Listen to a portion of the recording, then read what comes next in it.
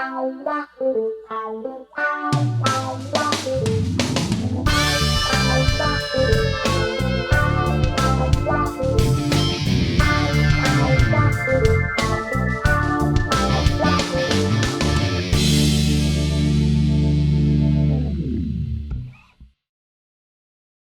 everybody, and welcome yet again to another edition of Living on Music. I'm Steve Hauk. Wonderful to see you all this evening as we launch yet another episode onto the Ether's net to let people experience what musicians are experiencing now. And again, a lot of them are coming out of this, and there's some things that are looking up. It's really kind of been an unbelievable year and a half, and now to be able to see kind of a lot of the people I've talked to, including a number of my guests tonight, about coming out of this thing and being able to play. This is a place called the Strathmore Patio Stage, and it really is one of those venues that really has the opportunity now to have people come in person with live music, because there is distancing in this venue here. There is only about 124 people, I believe, that fit in this space. And it is where one of my guests tonight, the first guest on tonight's program, Laura Tsaggaris, played at one of the Bandhouse gigs, Joni Mitchell, Bob Dylan tributes, Ron Neumeier, another Ron Neumeier production. And this is where they played, and you'll be seeing a clip of the song she did, a Bob Dylan song, a little later as we get through. But it is, again, another way for local people in DC, in the DC area, to go to the Strathmore and to see some live music. And you can go to thestrathmore.org and check the schedule. There are events booked at the patio stage. And hopefully, again, one day soon, it'll be much more open to have people at the Strathmore itself, at the main hall and inside. But this is a wonderful venue that you can check out as long as it's continuing to go along here. It is one of those ones that's got a little bit more kind of aeration and outside feel. So that is the Strathmore Patio Stage. Again, my guests tonight, first, Laura Tsaggaris, a wonderful local DC area singer-songwriter, has also been able to get through this using her imagination and talent to figure out ways to continue to play music and continue to stay engaged in one way or the other. Has some wonderfully exciting things coming up, including a We Rock Cancer show in Loudoun County, and also a new record coming out, and that is going to be around Christmas. So you can get a guess right there of what that album will have. And knowing Laura's immense talent, it's going to be exciting. And I believe also we're going to hear a short snippet, might be a world premiere of a piece of a Mariah Carey Christmas song that Laura covered for this wonderful record that she's doing. We'll talk all about that coming up. And following Laura, we have, again, another guest that has been on Living on Music, like Laura has been on a number of months ago, Dave Chappell, one of the great local musicians of all time, and currently still churning along, playing his amazing guitar, blues, soul, R&B related type stuff. Amazing guy. And we're going to have him on tonight to talk about the return of the Danny Gatton tribute, which Birchmere has done numerous years in the past. And then, of course, it was cut off in 2020. And now they are going to be bringing it back on September 3rd, Friday, September 3rd, with just an unbelievable roster of talent. And two of the other talent on the show are going to be joining me and Dave. Tommy Lepson, who you all know if you're a music fan of this region. He has been a mainstay for many years. Singer, a songwriter, a producer, a player, and also John Previti. And really, really exciting to have John on, who is also a wonderful mainstay in the region. And we'll talk to him a little bit about how he has been getting through, as well as Tommy and Dave. It's just going to be great, mainly talking about the return of Danny Gatton's tribute to the Birchmere. So that is it. Laura and Dave and the guys tonight in just a moment. First, speaking of venues, real quick, savemusicvenues.com. You want to go there, founded by Julian Frampton, Peter's son, and you can sponsor a venue of your choice. You buy some of the swag, you tell them which venue you'd like the net proceeds sent to, and boom, you've automatically contributed to a venue of your choice. And they need your help still, you guys. This thing is choking along. It's not going away as fast as we'd hoped, and it's affecting attendance at venues. It's affecting, obviously, policies. Went to a Dead and Company show, amazing show at the Jiffy Lube, but you had to have a proof of vaccination, and that Live Nation has done that, as we all know, and as well as local venues, main ones, 930 Club, Anthem, Merriweather. So it is very important to continue to support local music venues, and that is, again, one way you can do it: savemusicvenues.com. Real quick, if you can go to the Living on Music page, we've cracked 600 members. I am absolutely humbled that we've had 600 plus people become members of our Living on Music Nation, our family on Facebook, and also expanding. The shows now are posted as of Mondays at 7 o'clock, and they go directly to YouTube, to my YouTube channel, which is Living on Music with Steve Houck on YouTube. If you would please, either now pause the show and do it, or after the show, please subscribe to my YouTube channel. It's a big deal to have people joining in there and being a part of our YouTube Living on Music world, and helps the progression of the show. So if you can, please, again, go to Living on Music with Steve Houck on YouTube and join now, as well as spread it around about the Living on Music page on Facebook. Real quick, the Birchmere, we'll talk about it with Dave and Tommy and John in a little while. But again, birchmere.com, Danny Gatton tribute, Friday, September 3rd. It's going to be an amazing show. Hopefully you will feel safe enough to go. And that's what the Birchmere is hoping. And they've done volumes in helping clean and space and things like that for months and months. And I've had friends who have gone and they said they felt quite safe. So hoping you will too. Go to thebirchmere.com for the Danny Gatton tribute. And we're going to be talking to Dave and Tommy and John very soon. Well, as I said initially, behind me, you see the Strathmore patio stage, a very, very relevant venue for these times, where people can go and distance. It's not a big crowd that's allowed in there, about 125 people, and it is outdoors to a certain extent, obviously, with the tent. And so it is somewhere that is where people can go to hear live music. And it is something that meant a lot, I know, to my first guest tonight, Laura Tsaggaris. Longtime DC-based, wonderful singer-songwriter. I'm a big fan. And she got through this, and we'll talk a little bit about how she was on before as this started. So we were able to talk about how she was doing, kind of going into this and beginning to try to figure out what to do. And coming out of it, she's got some amazing things going on. So we'll be talking to Laura about a new record around Christmas time, which we're really excited. And I think we're going to be able to debut a little snippet of a song. We'll also talk about what she did coming right out of it with some online concerts and things like that, as well as a wonderful benefit in October for We Rock Cancer. But boy, is it great to see this wonderful lady again. I love having people on again so we can touch base, high five, distance, hopefully see each other soon, but kind of touch base again. And that's what we're doing. My first guest tonight, please welcome to Living on Music, Laura Tsaggaris. Laura, you're back. I'm back. I am so excited to see you. I must say, Likewise. I have been touting you in this group of artists on Living on Music. We're over 70, close to 75 now, and So awesome. 16 months. It's been a whirlwind, and the greatest You've been thing. working so hard, man. It's worth every second of it, especially with your previous show, which was again about 10 months ago, yesterday.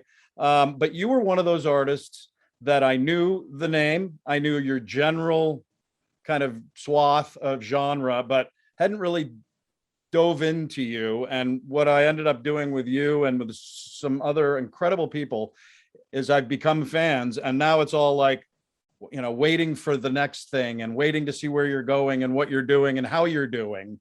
So welcome back. Well, thank you for having me. Love having So cool. you. I know you have some really cool stuff going on, and we're going to talk about it in a minute. But how are you doing? How is your beautiful family doing? And how are you guys doing climbing out of this right now? I think, gosh, all considering, we're doing pretty well. It's interesting. I think that coming out of the pandemic is kind of presenting its own challenges. I mean, we're not out of it, right? But coming out of the initial like hunkering down, it's interesting because I think we all just kind of were in there doing our thing and just having to do what we needed to do. And there wasn't any time to complain about it. And there wasn't any time to really consider any alternatives. And now it's like coming out of it, it's like, hey, like I was doing this. Yeah, you can't really relate to my world and I can't relate to your world of what was happening there, and kind of trying to rejoin each other outside of it. It's been a real challenge, you know? Yeah, I can see that. And we'll be talking about some of the things that I think probably have helped you like bounce back in over the last few months. I know your basement flooded. And you know, again, that didn't help at all. We were talking about that, and it's like, yeah, I mean, again, life can be worse. And if you look at half full instead of half empty, then your basement's only half full or half empty. But I'm glad. Oh man, see, I can laugh about it now. Well, I know I can only laugh about it with you now. Otherwise, I'd be like, oh, I'm not bringing that up. But you made it through that. You're bouncing back. I think there was one comment you made and some notes or somewhere in one of your posts that said that this year left you starving for connection. Yeah, through live music, and you began to jump back in. You know, when was that? You and I talked in November, so that thing was 6 months in or more. How did you first jump in? I know you had your front step concerts and things like that, but what enabled you to kind of jump? Yeah, well, first it was the collaboration that I did. Remember the Police kind of with Tim and Ben and Pat, and that was super cool. And then the Lead Me thing, and then after that, it was once the pandemic was going through, DC Commission on the Arts and Humanities sponsored a few front step shows, which was really awesome, and that was a really great community building event, and one that I hope to, you know, really kind of build on and do around the city, not only just here in my neighborhood, but and so then from there, you know, the holiday, and those came after the holiday, right? And so the holiday time was really weird, right? It was kind of nice in a way where I was reading a novel at the time, and the person in the novel was talking about how she had to go to all of these holiday parties that she didn't want to go to. Right. And I was like, oh yeah, I don't have to do that because like there aren't any holiday parties and I can't go anyway. But then it was also obviously a letdown because it was like, although we got to concentrate and be super present with our families, our immediate families and stuff, there wasn't the same kind of holiday vibe that we're usually used to, you know? And so it got me, and you know, I kind of going towards what we're going to be talking about. I, you know, for the past number of years, I've been playing a holiday show, a free holiday show at the Congressional Cemetery here, where I have a quartet of folks from the National Symphony Orchestra, and we've been kind of workshopping some songs, and I got a feel for, this is something I probably want to do in the future, an album of holiday tunes, right? And we hadn't done it last year, the year before, just because I don't know, I was overwhelmed with kids and stuff. But then I started talking with Tim Lyons, the producer that did Message in a Bottle, and he's been a longtime collaborator, excellent bassist, guitarist. And I said, hey, you know, I really want to do a Christmas or, you know, holiday album. And in fact, I'm going to say that again, a holiday album, because then you're going to cut that out.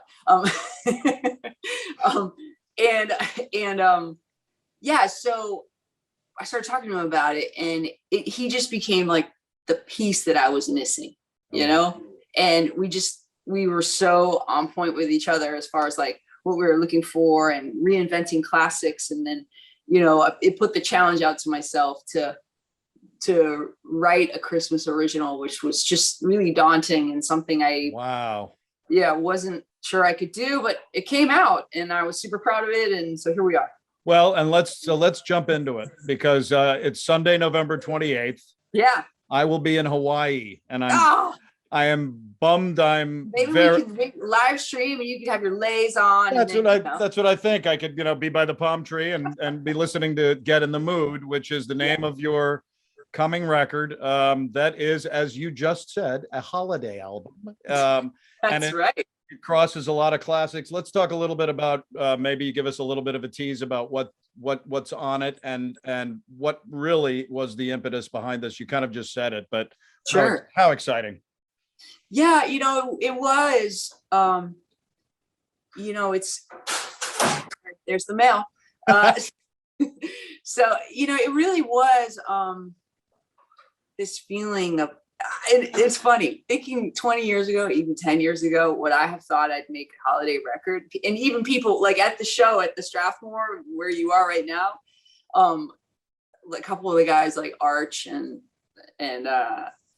I can't remember who else said, but they're like, holiday album, really? Like it just doesn't like add up and fit in. But it's just been this really wonderful, joyful, unabashedly fun process of going through these tunes that, like, I have a cultural reference to, and so does my producer and the other folks that are playing on the record, and feeling really confident in reinventing some and saying, we can still do this in a traditional way and make it ours. And then also just writing this tune, Get in the Mood, which is just really, really fun. And wow, it's just all about partying, because that's what the holiday is all about. That is, and partying and making out, right? Yeah, exactly. And the last one had, well, maybe some making out, but it was all, come here, come here. I said, I need that now. But the partying part was a little bit stymied, and I don't think that's going to happen at least this year. I gotta believe but this is why this makes such a difference. This is going to make such a difference for a lot of us, is having your music kind of help us jump into this next holiday season. That's how I felt. It was really inspired. That was inspiring me. It was just like, I just felt like, God, we're just gonna let loose. Yeah. So, I love that. Talk a little bit about some of the songs that are on this album. Yeah. Gosh, there's some. Well, Christmas Time Is Here is on there. The Vince Guaraldi song. And some of these are really quite different from the original. Like that one is Blue Christmas is on there. Really all different. My favorites. Yeah. Have Yourself a Merry Christmas is on there, a bit more traditional presentation. Let's see, Last Christmas is on there. Last Christmas. I know a song that the Greek and the Freak, the Feliz Navidad, which we did during Christmas time in our living room. Feliz Navidad. I was like, but yeah, that's such a great one too. Well, ladies and gentlemen, we do have for your unexpected surprise a small snippet of a piece of what's going to be on Get in the Mood. This is wonderful. This was a song that I read the one quote that said, one of the few worthy additions to the holiday canon, which, it's hard to add a modern song to deck the halls and all the things that you mentioned that are in the canon. And this one worked. This was from Mariah Carey in 1994. Why'd you pick this one? Because it's just so wonderful, probably.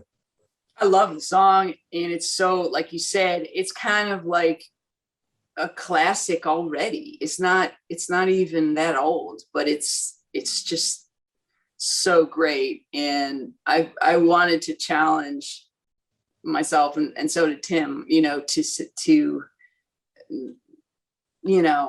I'm never going to be Mariah Carey, and no one is, but to take the song and I mean that in a way, I want to be me, so to take the song exactly. And to prove that production really, if it's a great song, production doesn't matter how you produce it, it's going to still be a great song. So we had a lot of fun with that one, and it sounds really good. And actually wanted to say, there's some horns on there, and Tim was awesome and got some gosh, it was Joe Herrera on trumpet and Matt Ripito on sax. And then my dad, who's a trombone player, plays the trombone on there. Oh my God. So it was like pretty awesome. It was a really cool moment.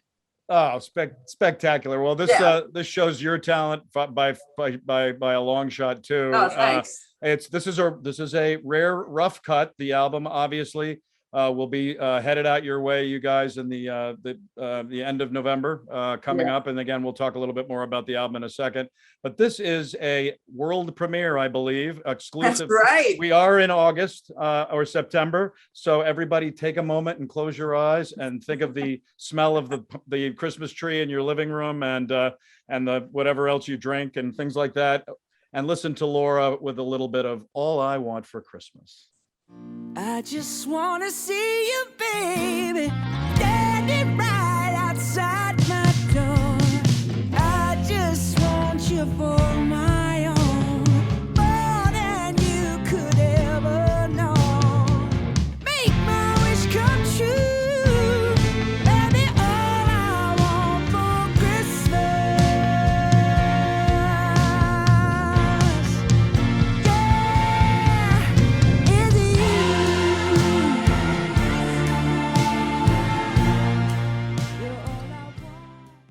Well, I don't know what to say. I mean, I love Mariah's version, but I'm a fan of yours more. So sorry. So I'll take that. Hey man, I'll take it. I'll take that version, and I can't wait. Now, talk a little bit about the fundraising campaign and everything, Indiegogo and everything, and how we can get that word out.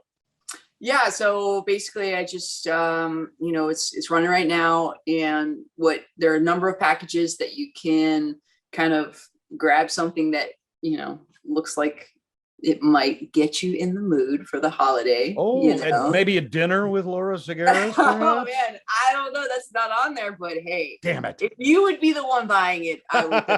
Okay, well, I'll have to remember that when I put in my donation. But yeah, that's neat. You have little packages of things for people as they go through it. Yeah, and some of it's merch, and some of it, kind of one of the things is front step concerts. You can get a front step concert from me, or me with one of my guitarists or keyboard players, or just a solo acoustic show or a band show, or you can get a Get in the Mood hat or t-shirt or all these kinds of things. And that's great. I also have a second part of it that's not on Indiegogo, and there is a link in there where if you are an organization or a person, a philanthropist that likes to give tax deductible donations to art, you can go straight to this link and do that. And, obviously that is what makes the world go around right now in art and music. I want to tell you about something called Get in the Mood. It's my holiday record and it's coming soon. 13 songs, one I wrote, but all of them are feeling like they've become my own. I've worked hard, I've paid my musicians well, I've worked hard, and there's plenty of jingle bells. So take a minute and think about what it's worth to you, to be a big part of making something new and bring some art to fruition. 'Cause then all you'll have to do,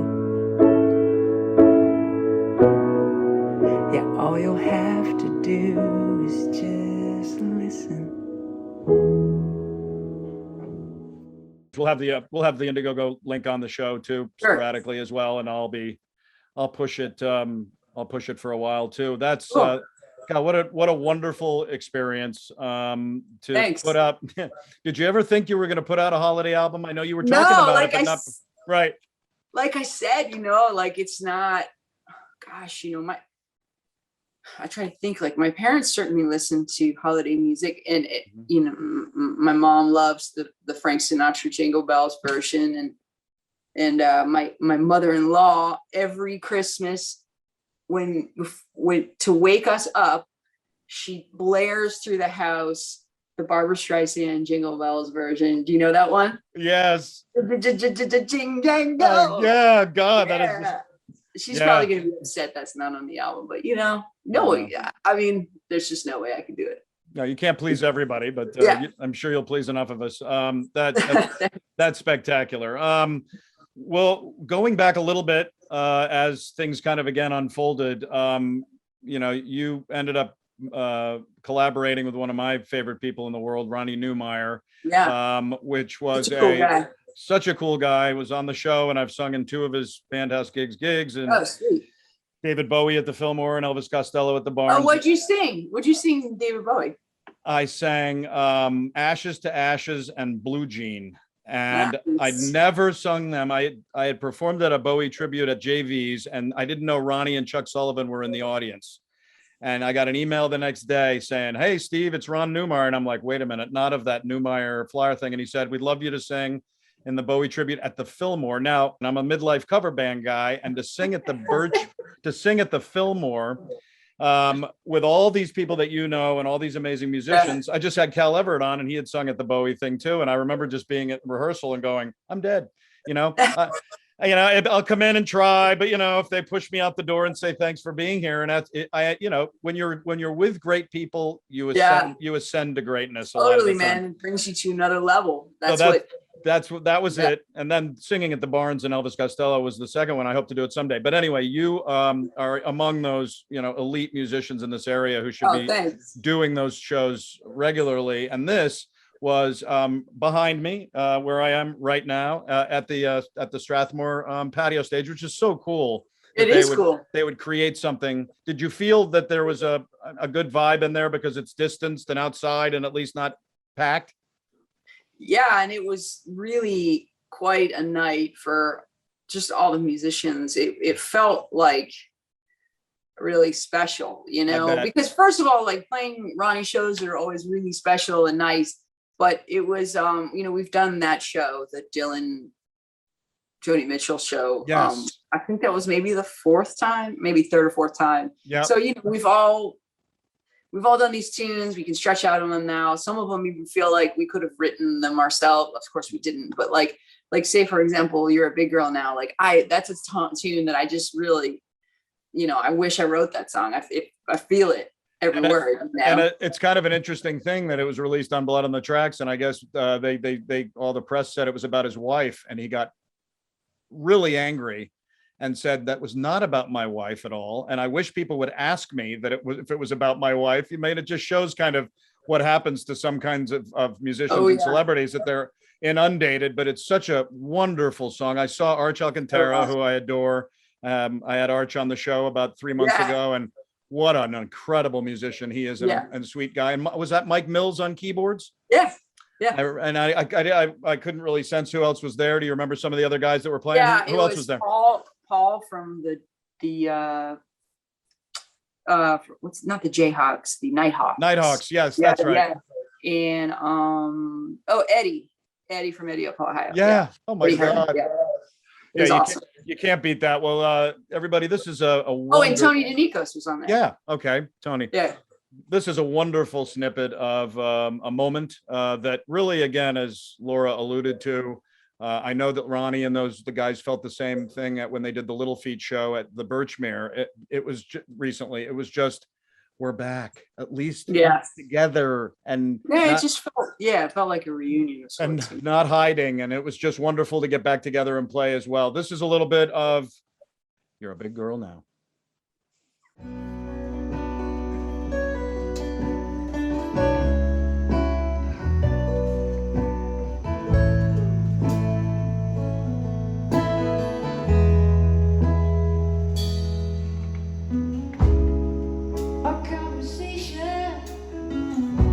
We shouldn't see. Nearly swept me off of my feet. Now I'm back in the ring. Ooh, you were on dry land. You made it there somehow.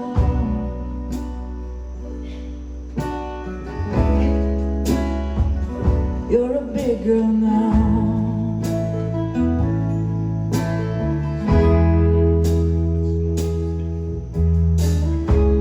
But on the horizon, sitting on a fence, he's singing his song for me at his own expense. Now I'm just like that bird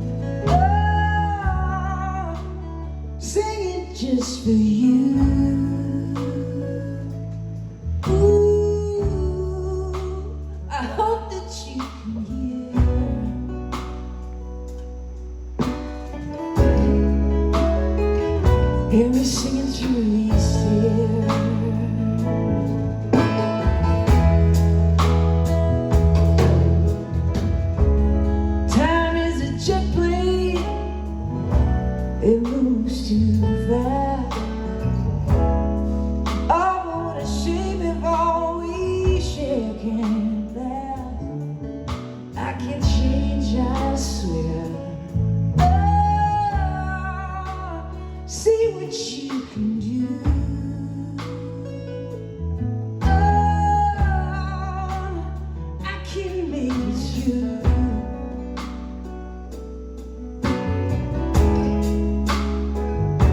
Baby, we can make it too.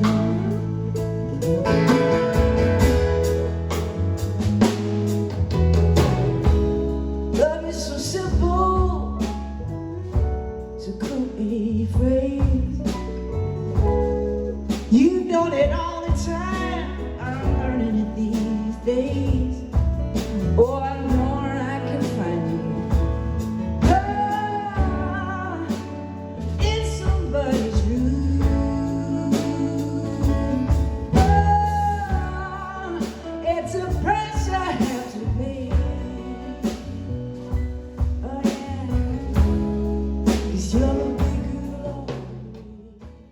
Well, that is, again, there's a lot going on in that stage that night. You can tell that's just good for you guys to get your butts back up and play with each other, and you've been used to it. I love seeing my buddies Arch too, and Mike actually did keyboards on stage for the Bowie tribute with me. So Oh, killer. Yeah. it's also a thrill and a half to have him playing near me. I wanted to just play, for people who are kind of new to the show and also who might not have caught the November episode. You did a song pretty near the beginning of the pandemic that was just incredibly powerful, called Lead Me. I hope people have absorbed that a little bit. You must have gotten some wonderful feedback from that. I did, it really resonated with people, and it felt really important, not just for me, but for other people. And that was there wasn't even really a goal with the tune. It was just like to get it out, to communicate about that. And that's what that song was doing, was just trying to communicate with people. And I think it did it well.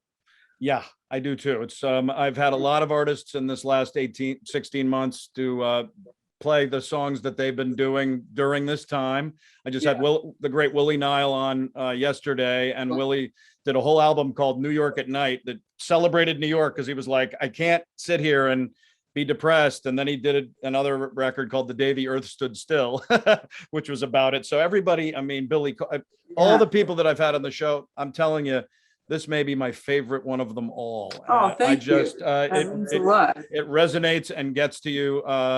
Ladies and gentlemen, a little bit of Laura Tsaggaris and Lead Me.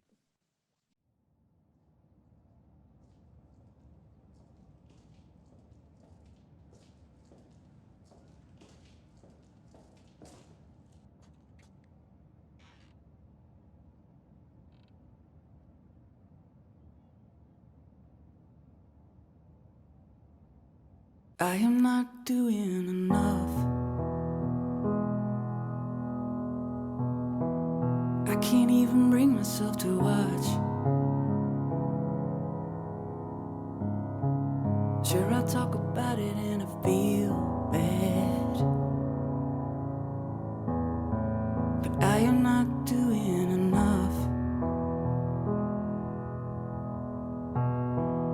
I see people picking up slack, bringing others' needs up on their backs, making it a point to just serve somebody and find a way to even up the stacks.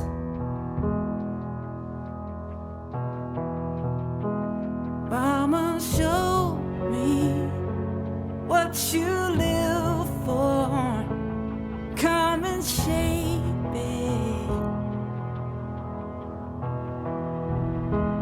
Mama, tell me what you did for someone lately.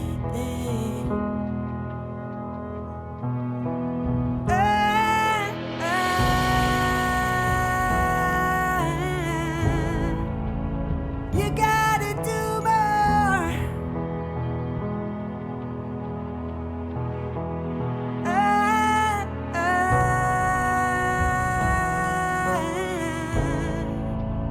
You gotta do more. This is a privilege that you can't resign.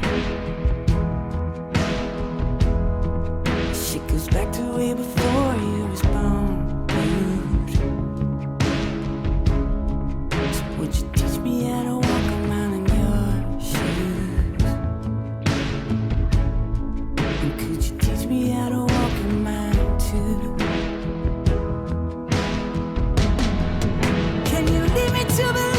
wish you were kind. Leave me with the balance of a heart and a soul and a mind. Leave me through a system of change.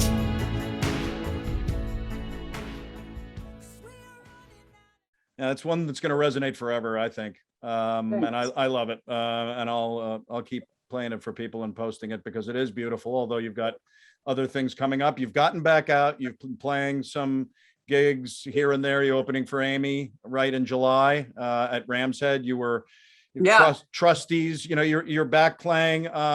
You've got some cool things coming up. We talked about one of them, and again, we'll reiterate that as we go along when we're closing out about Get in the Mood. Laura's amazing holiday album, ladies and gentlemen. So it will elevate your Christmas 2021 for sure. But you're also doing a gig on October 2nd, and it's with the We Rock Cancer guys. I talked to Tim Reed. You hooked us up, and what a great guy. Going to be doing a show with Tim. But how did that come to be? And it's neat doing gigs for these kinds of organizations, isn't it? Oh yeah. You know, I actually haven't asked him how he heard about me or got in touch, but he did get in touch. And, you know, I guess they, you know, We Rock Cancer is an organization that for rock show, they partner with musicians for at rock shows. What comes with your ticket to see the show is a free skin cancer screening from, you know, board certified dermatologists, which is amazing. And you know, having known some, like, it really resonated with me because a really close friend of mine from college, Casey McDonald, who many people in this DC area and who went to William and Mary will remember, passed away very young of melanoma. And so it's one of those things where it's like, oh, this is that person coming back into my life. And this is one of those things where you have an opportunity to use your talents and skills to, you know, better other people's lives in some way, or maybe help them, you know, find something earlier. Like Eddie Hartness at the Strathmore show, he had this big scar on his arm, and I was like, what's that? He's like, oh, I had melanoma, but it caught it really early and got cut out. And, you know, it's just one of those things where, you know, this isn't going away. We've got to figure out how to team up to, you know, just do a better job of finding it earlier. And so, yeah, anyway, I don't know how Tim found me, but he just gave me a call and said they're doing their yearly gala and would love to partner with me. Hopefully, you know, this isn't the only show we do together. I'd love, you know, I'm really looking forward to playing it. Pat McGee will be there, as well as Brian Dunn, who's also excellent. And it's just going to be really fun. So you can get tickets. With your ticket comes dinner and drinks and a free cancer screening, or, you know, it's not free because you're paying for your ticket, but never mind. And then, sorry, Tim. And then, you know, then you get to see some awesome music. So it should be a really good time. Yeah, I'm looking forward to promoting it for you and with you and with Tim as well. I got diagnosed with basal cell sarcoma over the pandemic. Did you really? I did. I went as a regular because I have a kind of a waspy, sunny, moly complexion. A lot of sunburn in Connecticut as a young white child. Really? And I just got seared, but she found it and they went in and all they did was go in and take it out, and there was no further up. But it, you know, again, you don't keep those things watched. They can go, as you said, they can go south on you. So congratulations for being involved with that. And can't wait to push that wonderful event. A couple of quick things before we bid adieu, at least on this level. You have a newsletter. I do. Yeah. Let's get that out there. You want people to jump in, and that would be wonderful. What kind of amazing perks do they get from the newsletter, Laura?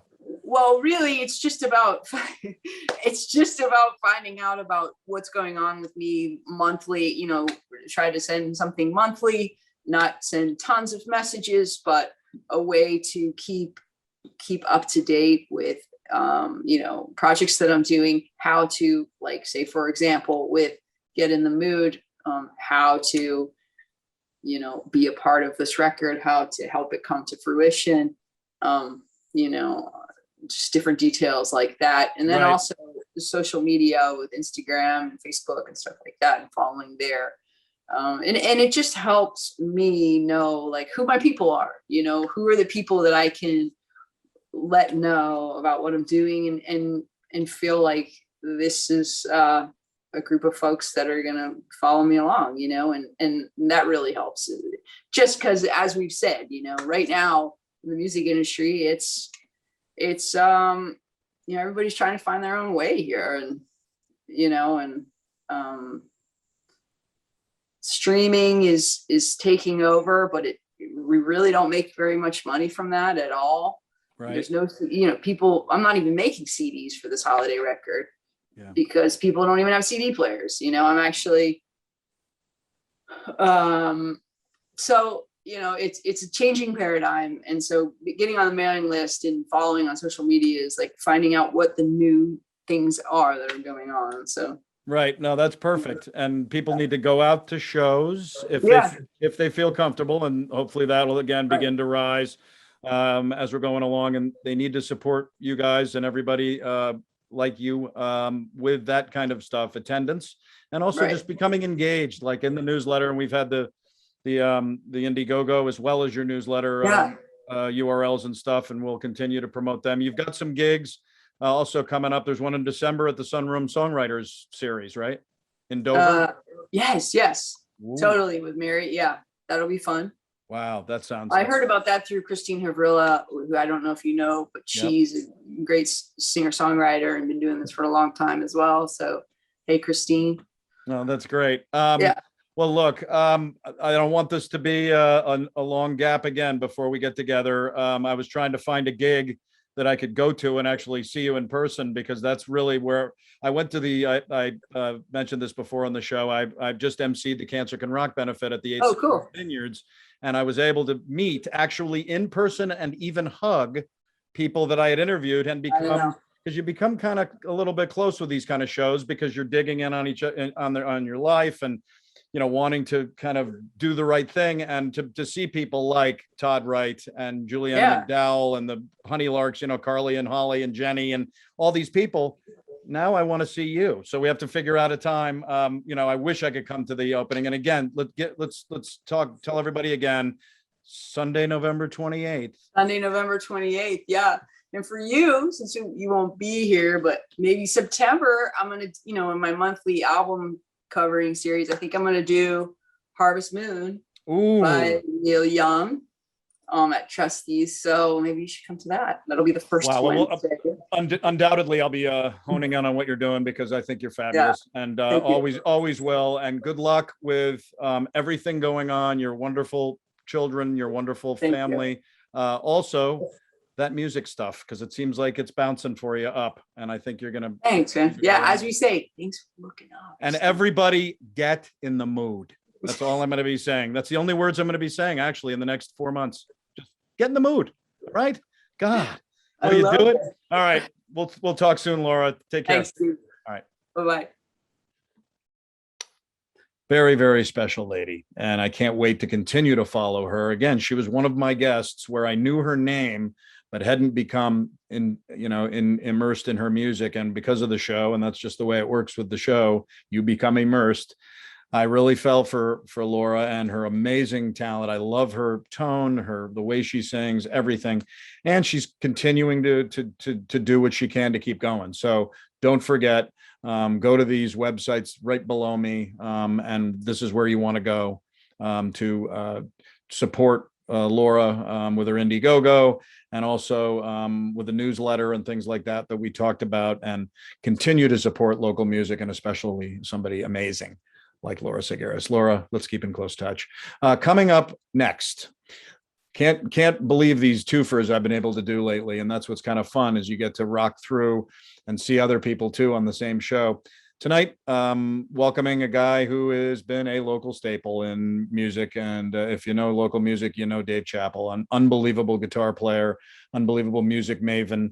And every year, and I had Dave on near the beginning, and he was a little bit tenuous about doing some virtual online stuff, but we had a blast, and you can see all that at the Zebra Good News Facebook page under videos. You go down to Living on Music and you can find Dave's show, the first one.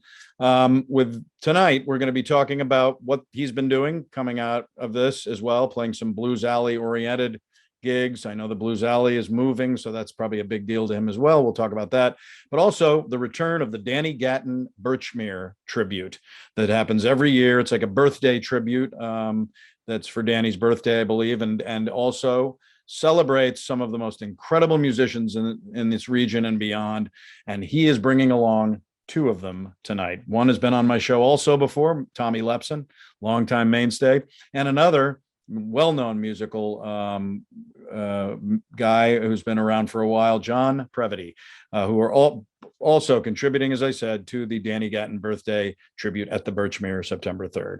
So please, without further ado, I can't beat this trio. Ladies and gentlemen, Dave Chappell, Tommy Lepson, and John Previti.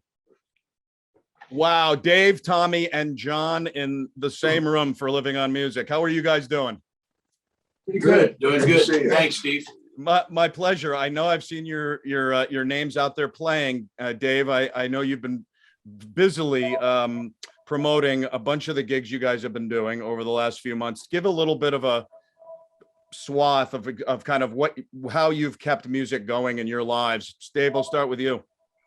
Well, just trying to play as many outdoor gigs with these guys as we can, just to kind of be on the safe side of things, and doing a smattering of indoor things like at 49 West, where you can kind of keep the back door open. Right. And just Tommy and John and I have also been making a record, which we did have to put some finishing touches on. So that's been a healthy thing for us to do, and just trying to keep it going, but be safe at the same time as much as we can, just trying to find that balance. Yeah, exactly. There is a balance. And one big deal is that you associated with Blues Alley during the last year, playing some Blues Alley DC shows, I think they were called. Yeah, they were kind enough to have us play an online only show for the month of April. And we did some Mondays and featured a different guitarist or musician. We had Big Joe. We had Rick Whitehead, we had Steve Abshire, and we had Dan Hobie, all fine, top of the line guys from around town. And it was fun to get to do that. And we appreciate Harry Schnipper and Blues Alley for giving us something to do and be inspired about, because it was a long lull there. It was kind of a tough patch to get through. It was for all of us, everybody, everywhere. And Dave, what's your latest update on Blues Alley? I know that they've got to move, right? Well, that's still kind of all that's in flux. They are actually thinking about opening here in October. We may have a run again in November. That was all up in the air and still somewhat is. But the last time I talked to Harry Schnipper, the owner, he was going to keep it where it is, do some things he needed to do there, but open at 50% capacity and make sure everybody was vaccinated. That's the last I heard from talking to him a couple weeks ago. Wow. Well, as we all hope that. And we admire Harry for trying to keep it going and keep a jazz club that's got a lot of history in it going in spite of the uphill battle that it seems to be right now. Yeah, that's what we're all hoping as fans and as players, that place opens up. Tommy Lepson, you were on my show almost a year ago. Yeah. July 20th, 2020. Things had kind of been churning along in this insanity for a few months. I know you've been playing a lot. I know with Dave, and also the Soul Crackers. I know just played, I think, out in Rehoboth.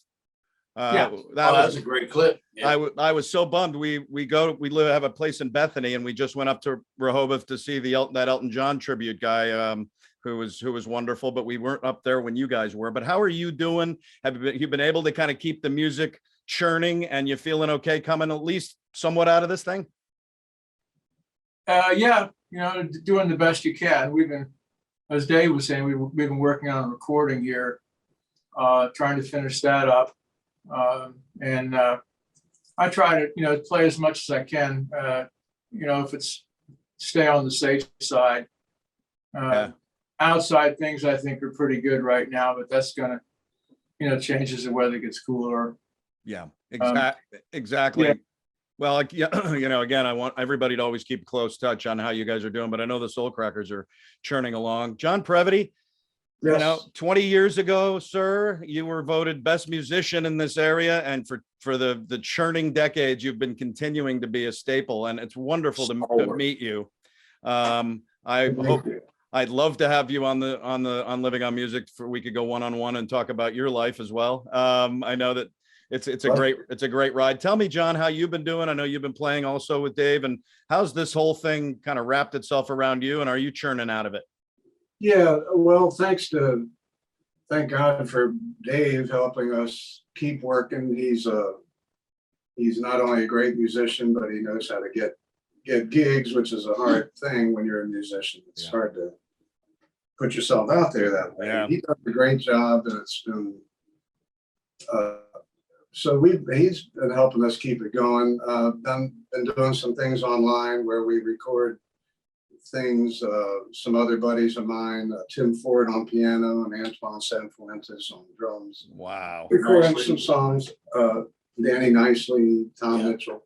You know, where we send tracks back and forth and end up with a song and put it on YouTube. Buddy of mine, Paul Glenshaw, he's a lecturer at Smithsonian. He did something at the beginning of the lockdown. It was all these different musicians doing Duke Ellington tunes. Wow. Yeah, that was a hopeful thing to get to do. That was a nice thing. And it was not only that, they were paired with visual artists.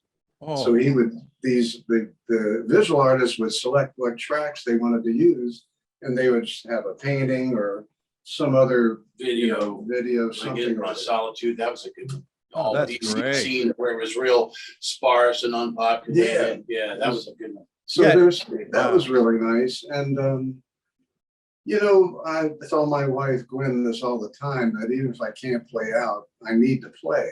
You know, I still have to go to my room and play the bass every day. Otherwise, something's not right. Right. Yeah, it's called keeping sane. As you guys well know, I've been a singer for 15 years, and I was in the dumps in April or May of last year. And Suzanne, Dave, who you know, and Tammy, I think you've met Suzanne as well.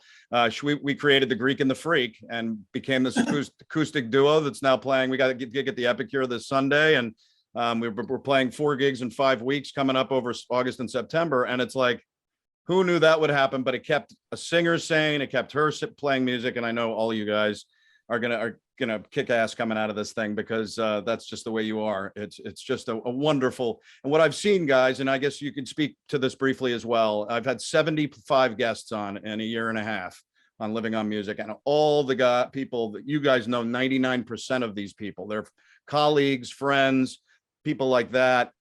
Dave, I know you played with Patty for many years, and that was probably another wonderful thing to be able to do during this pandemic, is play with her. Just broke her toe, but other than that, she's an amazing lady. But tell me, you know, again, a little bit about this DC music community is something special, and I've been able to immerse myself in it in a year and a half, but I've known about it for 25 years since I've been here.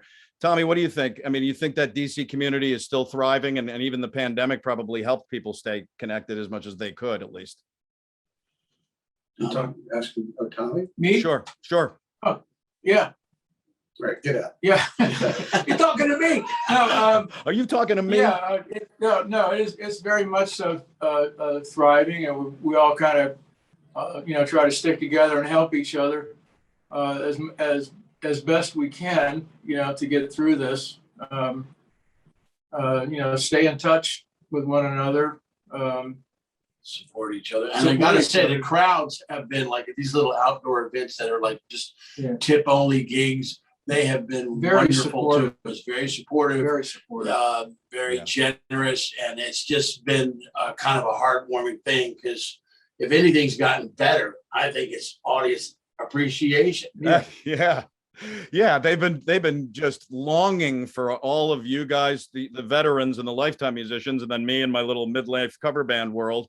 They've loved. We played the pipe stem here, and I think our neighbors were ecstatic that they at least had somebody playing live music in the neighborhood, even though they were 100 feet apart. But it was part of that, and that's great to hear.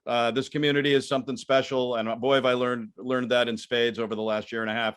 One thing that dropped out of last year, And it had been something that was a tradition for you guys, Dave, especially you, but all you guys too, was the Danny Gatton birthday celebration at the Birchmere. And it has been rescheduled for Friday, September 3rd. So it is on September 3rd on schedule. You and I, Dave, talked about Danny. I think Tommy and I even mentioned Danny. I've talked about him in numerous shows. I had a wonderful show with Gary Olsey and Michael Jaworek at the Birchmere, and we talked a lot about Danny and some wonderful stories. The woman across the street who ended up calling them on the phone, and Michael answered and said, "Are you here?" And she goes, "No, I can hear the show from across the street."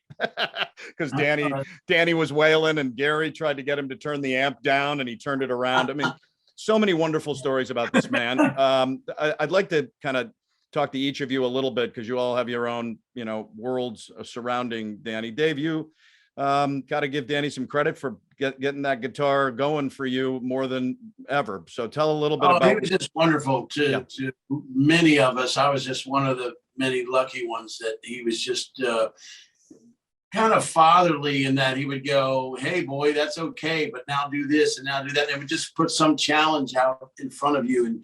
And it's one you can never meet, because there was only one guy like him. But I'm thankful and blessed that I got to know the guy and know John, and all these guys were just very kind and generous with their time, and just to let you be around them when you're just like this young punk, and they hear these world-class veterans. They go, "Okay, kid, get up here and play a song with us." I'm like, wow. I to this day, I mean, I get chills from my arm talking about it. It's just like, what a thankful, blessed opportunity that was. Yeah, I bet so. Fortunate to be here and know him.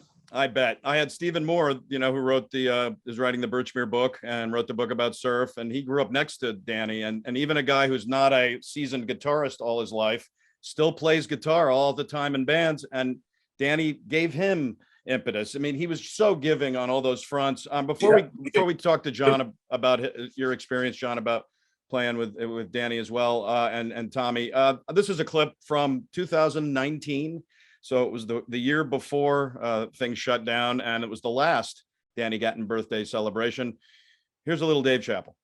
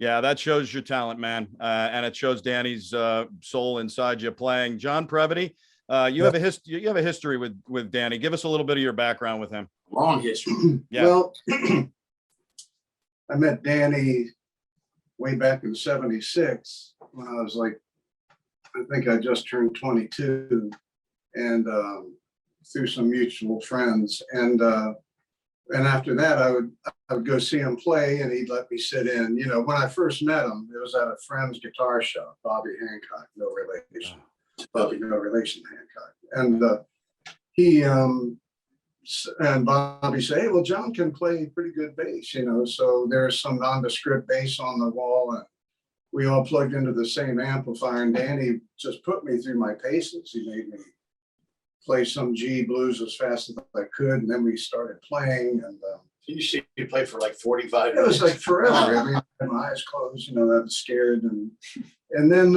after that, I'd go see him play and sit in once in a while. But he really taught me, was such a mentor and friend, not just the music he taught me how to play and opened my world to, but how to be professional. I mean, it took me a long time to learn these lessons, but he did start that. And, he was so strong. Everything he did was so authentic. And it was such a huge influence, you know. Yeah, Yeah, I mean, I was there and I was talking about being a punky little kid. He could have just kicked my ass and thrown me off the bus, but he never did. So. Yeah. That's wonderful. Absolutely. We have a wonderful clip, and there's a little history behind this. I'm sure this is you and Dave Elliott and Danny playing at the Flood Zone in May of 1990. I guess Dave's snare drum head broke. Do you remember this moment at all, or remember that era with Danny and Dave? I remember the gig. I know Bill Kirchen was playing. Ooh. I'm pretty sure Bill Kirchen's on this one. Well, we played there more than once, but right. Yeah, I vaguely remembered. You know, I was in the heat of the moment so much. You know, I never looked at the crowd or anything. So now you picked up the slack with And to keep your eyes on the band. Yeah, it's true. That's great. Here's a little clip, you guys, of John and Danny, and you see Dave in the background fixing his drum snare head while these guys are doing a little improvisation on Farewell Blues.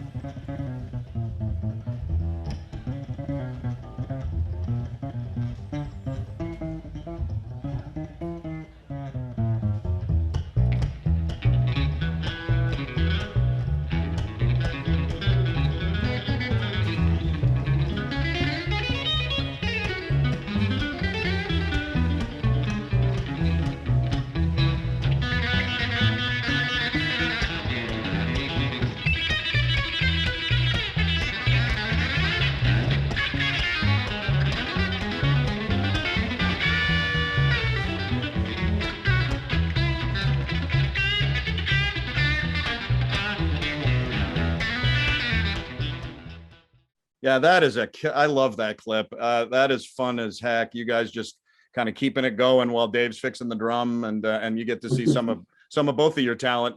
Tommy Lepson, you've been playing Danny Gatton music for many years. What moves you about the music of this man? Well, he's just an amazing player, and also I remember him calling me and saying, "Hey, I want you to come in and play on some of my stuff recording." And I said, "Really?" He said, "Yeah." So I showed up over Big Mo, and I think we talked probably maybe 5 minutes about the material, and more of the conversation was about cars, because he realized I was a big motorhead, and I used to drag race cars years ago. Right. Stuff. So we hit it off on that front big time. He was all about cars. Yeah. So we're all about cars, you know. Right. Yeah. You and I talked about that. Yeah. Yeah. So John and I went down to Danny's place when we were talking about doing a CD together. He wanted me to, work with him and do a recording. So we had I think we had 24 songs picked out for the CD we were going to record. And John and I were sitting down in Danny's garage, and Danny says, "Okay, that's enough about music." Yeah. You know, starts telling about what he's working on next. You know, took us for a ride. I think it was a 36 Ford he got, or 34. Yeah, I think it was a 34. 34 Ford. And I said, "Wow, cool car, man." He said, "Yeah, let's take a ride." I said, "How did you get this?" He said, "I traded my 52 Telly for this." Oh. And I said, why did you do that? Yeah, right. And he said, "Well, you can always buy another guitar." He said, "They don't make these anymore." Oh my God. That came up with Gary at the Birchmere too, his love of cars. In fact, I think one of the pictures I put in the show was him sitting in front of one of his treasured automobiles. But Oh yeah. yeah, I mean, again, you're moved by him. The three of you have your own wonderful thought process about him. Before we talk about the gig on the 3rd, Dave, I want to talk a little bit about the roster, which is just mind-blowing that you guys put together for these gigs. Here's a rare clip, which I came across, of Danny being interviewed. And the word is that he didn't do a ton of these. This is at the 8x10, which you guys know well, with Evan Johns and the H-Bombs. He had just done a set. And here's a little of a chat with Danny Gatton. What styles are you influenced by? Just about everything that happened in the 30s, 40s, 50s, 60s, 70s, and 80s.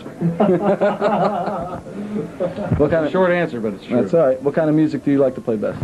Anything, as long as it's done well, doesn't matter. I'm not much on heavy metal. That's about the only thing. But I'm changing everything. But he'll do I'm it, gonna get Danny on that heavy metal. I'm swearing. I mean, not that I haven't done it, you know.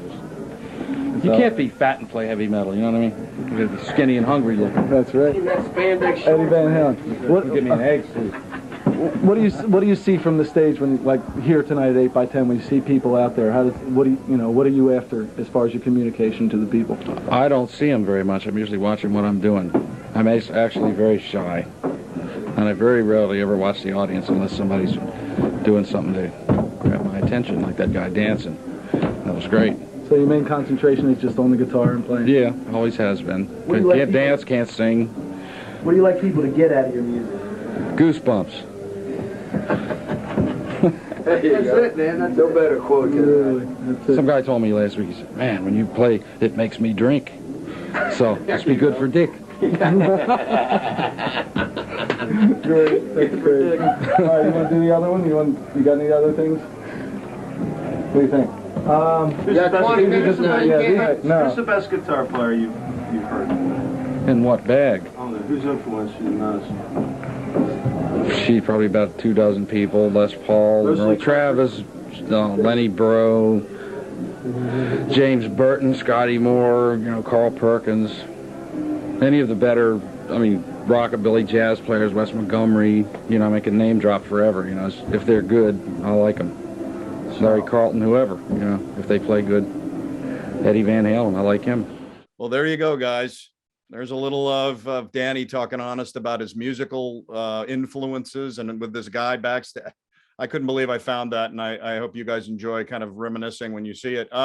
Dave, talk a little bit about what's going on September 3rd. How many years has this tribute gone on? Well, actually, this is just the second one. We had to postpone it the year before because of the virus. But this is mostly just guys that have played with Danny or had an association with him like us over the years. For this one, they had to kind of scale it down because of the role of the pandemic. But we did get one other feature guy, this guy, Johnny Highland, who's from Maine. And Johnny is a great monster telly player, and people should come out and hear him play with us. And he's just a wonderful guy besides.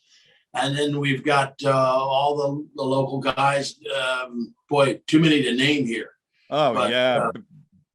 Barry Hart, Rick Whitehead, Big Joe. You got Big Joe. You got Bruce Swaim, Tom Williams. You got them all right there. Keep going. Pete- We got Daryl on the gig. I think you interviewed him. Yep, Daryl. He's Wow. Great That was boogie woogie player. Steven Windsor. Yep. Sam Palladino. Pete Chris Ragusa. Wallen. The Birchmere just put out a mandate that everybody that comes to the show, we want you to come and see this special show. It's not this kind of thing that happens every day, but you got to be vaccinated, people, and that makes it more comfortable for everybody. They want everybody to be vaccinated and have proof of that. to come to the show. And it's September 3rd. Or have a test 70 within the last 72 hours. Yeah, you know.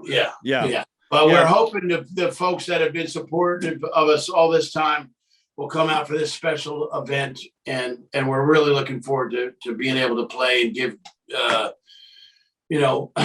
salute to our great friend and mentor Danny Gatton that we were all so fortunate to have in this area, because he lifted us all up to some degree. Amen. Spectacular. Well, you know what? Your core is going to be there. I think they're going to feel it. And then I think you're going to get some people in there. I mean, the Birchmere's trying so hard. They opened in July of 2020 to try to keep the shows going, as you know. And then they've had so many people cancel over the last month or two that they have rebooked. I mean, Michael's going through hell and high water, and it's been an incredible ride for them. But I think hopefully you're going to get a nice group showing up. And I got to tell you, the last time I went, I think was the one in 2019. And that's when I first met you and we talked about it and blew my mind. So I think we appreciate your support, Steve, and a big shout out to you for doing this all the time and talking up us and all the other people you've interviewed, because it really kind of keeps us inspired and keeps us going. So thank you for doing what you're doing. Well, thank you. It's been a thrill beyond measure to be able to not only meet you guys finally, because I've known your names, but also to talk about your lives and the triumphs and the challenges. And people have had a blast, and I hope it's going to keep going. But I'm going to plug it again: September 3rd, Friday night, at the one and only Birchmere. It's the Danny Gatton birthday celebration, and it will feature these three gentlemen who are three of the top musicians this area has ever seen: Dave Chappell, Tommy Lepson, and John Previti. John Previti, I hope to see you for a full episode. We'll talk, but coming up in the next few months. But anyway, guys, thanks so much for coming on and taking the time with me. Thank you, Steve, for having us. We appreciate it. Good. And Danny forever, and go Birchmere. We hope it goes well. We'll talk soon. Thank you, Steve. Sure. Yeah. Thank you. Man, is that going to be a killer show, huh? With those guys, they are spectacular, and the whole roster of amazing people. I mean, did you see the clip of Tommy? These other guys, unbelievable how talented that group is that goes to the Birchmere. It's Friday, September 3rd, birchmere.com for tickets. Up to you and your decisions to go out and do whatever you want to do. But if you feel comfortable, you're not going to want to miss this show. It's going to be spectacular. And it's hard to beat the guys like this who, again, Dave, knowing Danny and a number of the other guys, Daryl Davis and people like that who worked with Danny before, it all has a real tight feel to it. He was beloved and went way too soon. So again, a tribute September 3rd on at the Birchmere, returning with the Danny Gatton tribute. Very exciting. Coming up on Living on Music a week from tonight. If you know Reverend Peyton and the Big Damn Band, then you're lucky as hell. These guys he is something different. Has a tone that mixes kind of a feel of Billy Gibbons, but also has this deep thing going down. Just there's nothing like his music. And he and his amazing band that he is with, including his wife, Breezy, who has been with him from day one, as they've begun this trek for a number of years. And they are something amazing. And he is too. And he and his wife both got COVID at the beginning. She is still experiencing some of those lingering issues, even though she got out of the real danger. But it hit him hard, also after he broke his finger, and he's an amazing picker on guitar. So we're going to talk about how Reverend Peyton used his energy and his positivity and things like that, not unlike Willie Nile and a number of my musical guests. Most of them have used their optimism and energy to get out of this damn thing. Reverend Peyton joins me a week from tonight on September 6th. And on September 13th, oh man, this has got to be an amazing ride with this guy, Doogie White, who has been a Scottish rock vocalist for many years, currently sings for the bands La Paz and Alcatraz, but also notably sung for Ritchie Blackmore's Rainbow, one of the well-known hard metal, heavy metal, kind of power metal bands of our time, Yngwie Malmsteen's Rising Force, as well as bands like Praying Mantis and Tank. I mean, hard rock, heavy metal. Think there are any stories on this guy's ride? Can't wait to have Doogie White on September 13th on Living on Music. You get ready for that show. It's going to be amazing. Go to the Zebra page right now and join, sign up, and you'll get pinged on a number of Zebra activities and information and live cut-ins from Grace Phillips Arnold, as well as Lucille O'Flaherty, and amazing people that the Zebra has. Also go to the ZTV page and you can find our catalog of past Living on Music episodes, as well as upcoming ZTV programs. Also, you can get the Zebra newspaper. The August 2020 edition has been, or 2021 edition has been out. The September one is on the brink. So get ready for look for that around town. And if you want to get a subscription, you'll get it delivered to your house. Go right here to the zebra.org website and look down at the bottom there. Boom, boom, boom. See, it says subscribe. Hit there for a nominal fee. You will get the Zebra newspaper every month. And one more plug of Living on Music. Please go to the Living on Music YouTube page, Living on Music with Steve Houck, and subscribe. It takes nothing out of your plate, and it just helps me really continue to keep the Living on Music ride going. It's been an incredible experience during this last year and a half to help musicians and help myself kind of keep sane and keep engaged. And I've never enjoyed anything more in my career. And I've had a pretty wild 37 plus years in television. And this has been an amazing ride, and I'd love to keep it going. And YouTube, I think, is a great platform. So subscribe to the Living on Music with Steve Houck YouTube page. Living on Music is a production currently of Zebra Press. My amazing associate editor and dear friend for many, many years, Todd Jones, and the Zebra publisher is Mary Wadland. Don't forget, next Monday, September 6th, a way to finish up your Labor Day weekend by watching Living on Music with Steve Houck. Please join me for an incredible ride with the one and only Reverend Peyton. You won't believe him. If you don't know him, you will after this show. Again, thanks so much for joining me on Living on Music tonight. And please remember that at all costs, as we go through things, all things that are continuing to bubble along and really trying to kind of get through it all, what you can do is be the good news in someone's life. Take care, y'all. Ciao.